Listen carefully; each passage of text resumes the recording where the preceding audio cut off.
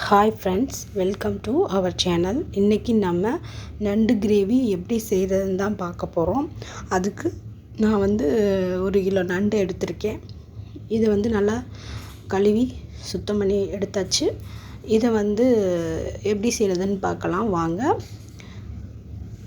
இதுக்கு தேவையான கொஞ்சோண்டு தேங்காய் எடுத்துக்கலாம். 1 ஸ்பூன் பெருஞ்சீரகம், 1 ஸ்பூன் சின்ன சீரகம், கொஞ்சம் 1/2 ஸ்பூன் மிளகு, இஞ்சி பூண்டு தேவையான அளவு எடுத்துக்கலாம். அந்த மாதிரி இது நல்லா பேஸ்ட் மாதிரி நம்ம அரைச்சி எடுத்துக்கலாம். இது எல்லாத்தையும் ஃபஸ்ட்டு இஞ்சி பூண்டை பேஸ்ட் மாதிரி அரைச்சி எடுத்துக்கலாம். அது கூட மிளகும் சேர்த்து நம்ம அரைச்சி எடுத்துக்கலாம். இப்போ இஞ்சி பூண்டு மிளகு பேஸ்ட்டு ரெடி ஆயிடுச்சு. இப்போ இது கூட இந்த பொருட்களெல்லாம் சேர்த்து அரைச்சி எடுத்துக்கலாம். தேங்காய் போட்டாச்சு, சோம்பு சீரகம் அதையும் சேர்த்தாச்சு. இது கூட கொஞ்சம் ஒரு 5-6 பல் சின்ன வெங்காயம் அதையும் சேர்த்து நம்ம பேஸ்ட் மாதிரி அரைச்சி எடுத்தாச்சு. இப்போ 2 வகையான பேஸ்ட்டும் ரெடி ஆயிடுச்சு. இஞ்சி பூண்டு பேஸ்ட்டும் இந்த தேங்காய் அந்த பேஸ்ட்டும் ரெடி ஆயிடுச்சு.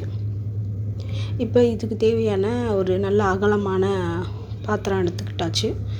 அகலமான பாத்திரம் இருந்தால் தான் நம்ம நண்டு நல்லா கிளறி விட்டு மசாலாலாம் ஒட்டுறதுக்கு பயன்படும். இப்போ இதுக்கு தேவையான ஆயில் ஊற்றிக்கலாம். எண்ணெய் நல்லா ஹீட் ஆனோடனே 1 ஸ்பூன் கடுகு உளுந்தம் பருப்பு சேர்த்துக்கலாம். அது கூட சீரகம் சோம்பு இதையும் சேர்த்துக்கலாம். இப்போ சின்ன வெங்காயத்தை உரித்து நான் 2 கட் பண்ணி வச்சுருக்கேன். அதையும் சேர்த்துக்கலாம்.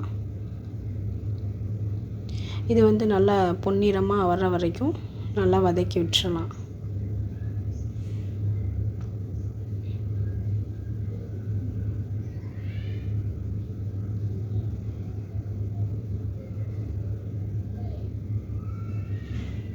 இப்போ நல்லா பொன்னிறமாக வந்துடுச்சு. இப்போ ஒரு பச்சை மிளகா, நம்ம காரத்துக்கு ஏற்ப பச்சை மிளகா சேர்த்துக்கலாம். நான் ஒரு பச்சை மிளகா சேர்த்துக்கிட்டேன். இதையும் நல்லா வதக்கி விட்டுறலாம். இது கூட கருவேப்பிலை கொத்தமல்லி இதெல்லாம் சேர்த்து அதையும் நல்லா வதக்கி விட்டுறலாம்.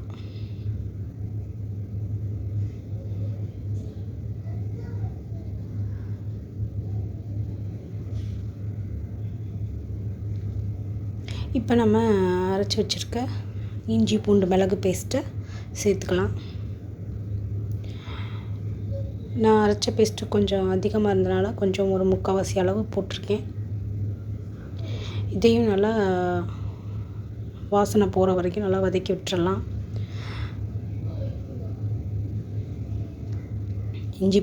இஞ்சி பூண்டு பேஸ்ட்டோட வாசனை போகிற வரைக்கும் நல்லா வதக்கி விட்டுறலாம். இப்போ ஒரு 2 தக்காளி நறுக்கி வச்சிருச்சு. அதையும் சேர்த்து நல்லா மசிகிற அளவுக்கு நம்ம நல்லா வதக்கி விட்டுறலாம். தக்காளி நல்லா மசிஞ்சு வந்துடுச்சு. இந்த ஸ்டேஜில் நம்ம மிளகாய்த்தூள் ஆட் பண்ணிக்கலாம். 1 ஸ்பூன் மிளகாய்த்தூள்,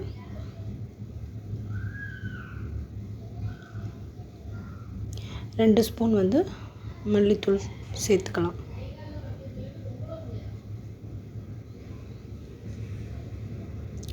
இதையும் நல்லா நம்ம மசாலா வாடை போகிற வரைக்கும் நல்லா வதக்கி விட்டுறலாம்.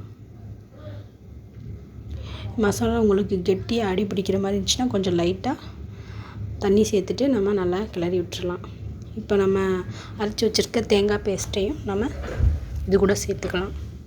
சேர்த்து அதையும் நல்லா வதக்கி விட்டுறலாம். மசாலாலாம் நல்லா வதங்கி இது போனோடனே நம்மளுக்கு கெட்டியாக இருக்கும்போது இப்போ நான் கொஞ்சோண்டு தண்ணி சேர்த்தாச்சு. தண்ணி சேர்த்து அதையும் வதக்கி விட்டுறலாம். நம்ம அந்த மசாலாவில் உள்ள பச்சை வாடை போகிற வரைக்கும் நம்ம கொஞ்சம் வதக்கி விட்டுக்கிட்டால் நல்லாயிருக்கும்.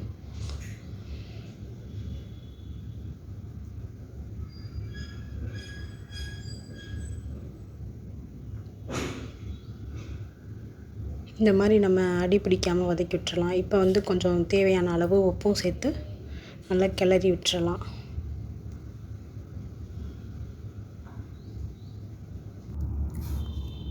இப்போ வந்து ஒரு ஸ்பூன் வந்து காஷ்மீர் ரெட் சில்லி மிளகாய்த்தூள் அதையும் சேர்த்துக்கலாம். இது வந்து நம்ம வந்து நல்லா கலர் கொடுக்கும் இந்த மிளகாய்த்தூள் சேர்க்கும்போது. இப்போ நல்லா கொதிச்சு வந்துட்டு இந்த ஸ்டேஜில் வந்து நம்ம கழுவி வச்சுருக்க நண்டெல்லாம் இது கூட சேர்த்துக்கலாம். நண்டு வந்து கொஞ்சம் பொடி நண்டாக தான் இருக்குது, பெரிய நண்டு இல்லை. இப்போ நான் எல்லா நண்டையும் சேர்த்தாச்சு. இந்த மசாலாலாம் அந்த நண்டில் படுறபடி நம்ம நல்லா கிளறி விட்டுறலாம். இப்போ எல்லா இதுவும் மசாலாலாம் நல்லா கிளறி விட்டாச்சு. இப்போ இதில் வந்து மூடி போட்டு நம்ம மூடி வச்சு வேக விட்டுக்கலாம். அப்பப்போ நம்ம எடுத்து கிளறி விட்டுருக்கலாம், இல்லைன்னா அடி பிடிக்கிற மாதிரி வந்துடும். உங்களுக்கு வந்து இன்னும் கொஞ்சம் குழம்பு மாதிரி வேணும்னா நீங்கள் தண்ணி நிறையா சேர்த்துக்கலாம். இல்லை கிரேவி மாதிரி வேணும்னா கொஞ்சமாக தண்ணி சேர்த்துட்டு அது வத்துற வரைக்கும் நம்ம விட்டுக்கரலாம்.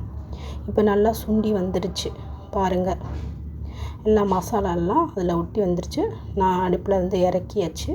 இறக்கிட்டு ஒரு பவுலுக்கு இந்த நண்டை எடுத்து மாற்றுறேன். சூப்பராக வந்திருக்கு நண்டு கிரேவி.